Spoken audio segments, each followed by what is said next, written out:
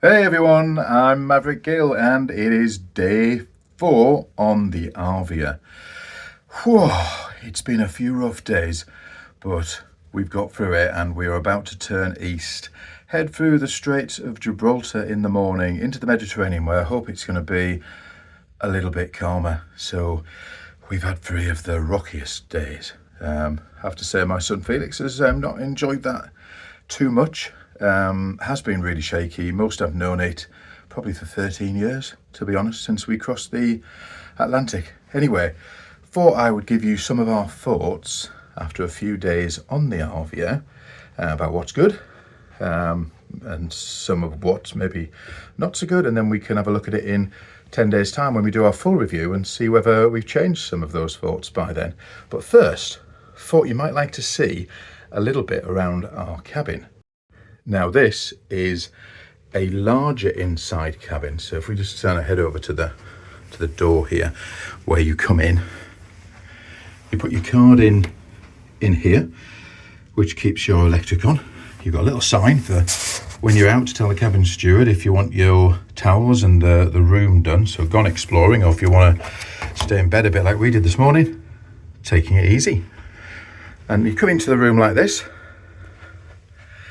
and we paid a little bit extra for a larger inside cabin, and actually it's really good. The RV is it's less than 2 years old, I think, now, and you can tell with the furnishings because it's quite modern. So you've got wardrobes here, nice mirrors, there's plenty of room inside. Lifeboat, well, I thought we never know those. Life jackets at the top, plenty of room inside. Can be a little tricky to get through at the side of the bed. I'm in this cabin with my son. The girls have got another cabin along the corridor. Lots of mirrors, nice decor. You've got a big TV and perfect for the football.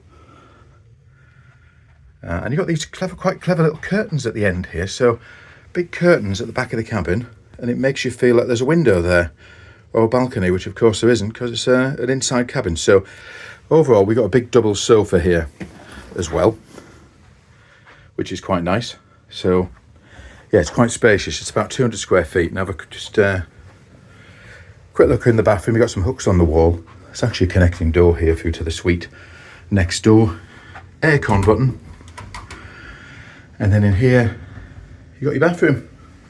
It's got a nice, if you can see it there, but it's a decent size shower actually. It's probably the biggest room we've had on a cruise ship. So in terms of the cabin, really pleased with that. Now, food. So far we're at day 4. What would I say about food on the Arvia? There is a lot of choice, that's one thing I would say. So there's a lot of specialty restaurants, 1 or 2, such as the Olive Grove and the 6th Street Diner that you don't pay extra for. And then there's quite a few, such as Sindhu, the Epicurean, Green and Company, which you do pay extra for. Now, one tip for you is to really make sure that you book your restaurants and your dining times as far in advance of the cruise as you can. Now, with P&O, that tends to be I think it's two or three weeks. So we booked all of ours as soon as they became available, and that's been really helpful because the virtual queues for the restaurants can be an hour or over, and sometimes you won't get in, and some of them you can't book for when you're on the ship. You just have to go into the virtual queue. So if you can, make sure you do book all your dining before you get on the ship, and it'll be really helpful. For you. This is our first time on the Arvia. It's the biggest ship we've actually been on, so I think it's 18 or 19 ships we've done in 13 years, might be more, but it's definitely the biggest ship we've been on. It's the biggest British cruise ship, it's the biggest P&O cruise ship, and you do feel it actually. There's a lot of people on here, so this is Easter. It's full to capacity, I believe. There's just over 5,000 passengers. There's a couple of thousand crew, so there are a lot of people on board. Most of the time it goes smoothly, but they have just come over from the Caribbean. There are some new staff on the ship. This is the first Mediterranean cruise to go off for this this season. So you would expect some changes in logistics, some changes in the supply chain, which will have some effect. But so far it's been okay in that respect. I would say the buffet is not as good as what we're used to. If you're relying on just the buffet and you have cruised before, you might find it a little bit disappointing. But we've eaten in the 6th Street Diner, which is superb. We did the chef's table tonight for celebration night, hence the Dicky Bowl. That was superb. Olive Grove, that was superb as well. So there's a lot of great food experiences on board.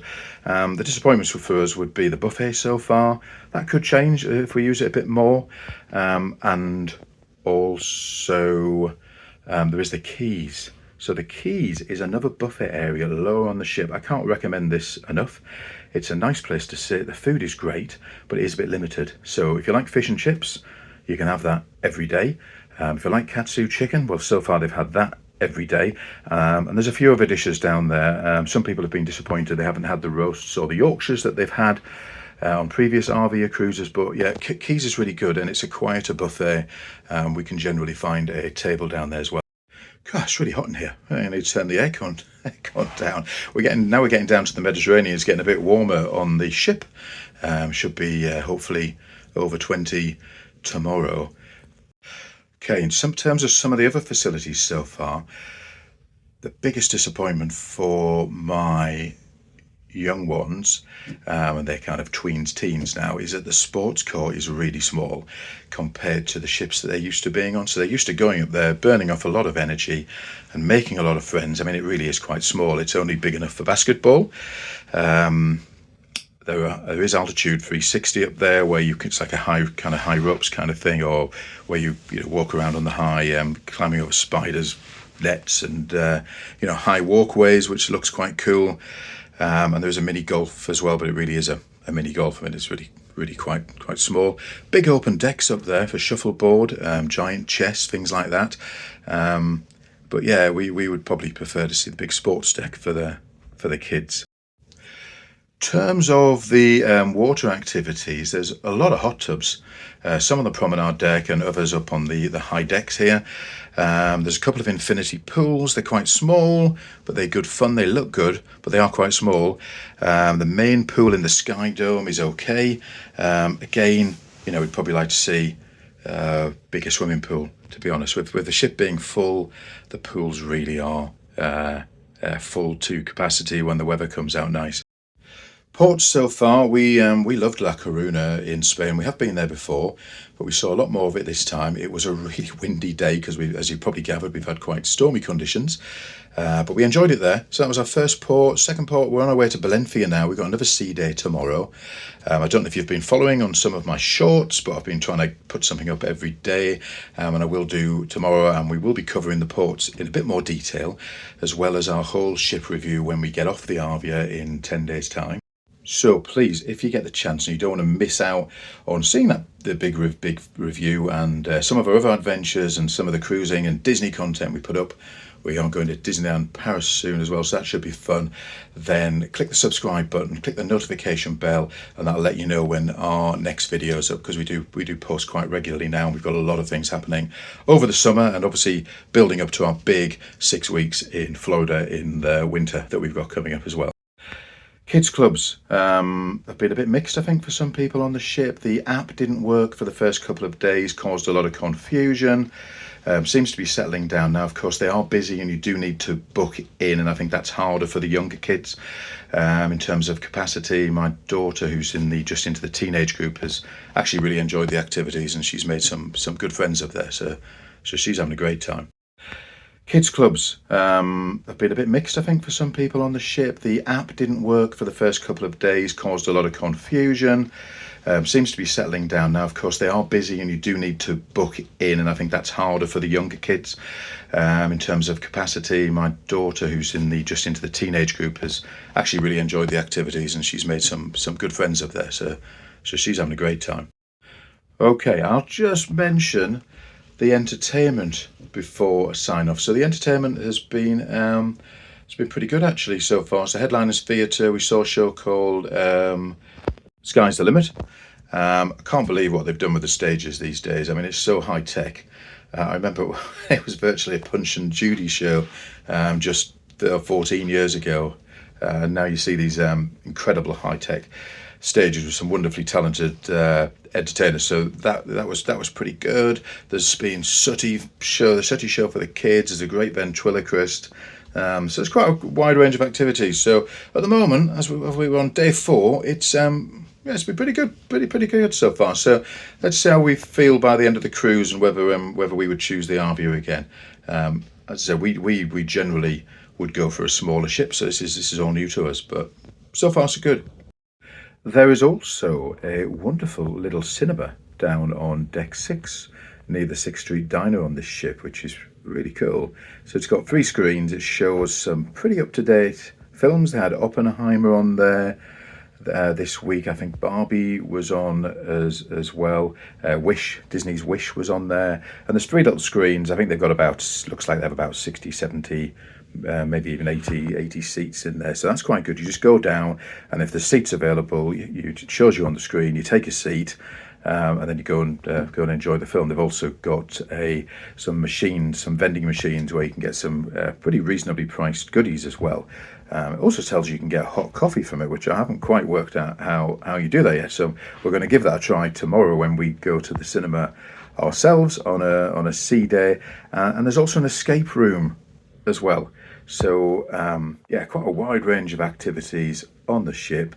Anyway, I'm going to head off to bed now. So it's good night from Maverick Gill on the Arvia. Take care, guys, and I'll talk to you soon with all the cruise news, views, tips, and our other travels and adventures.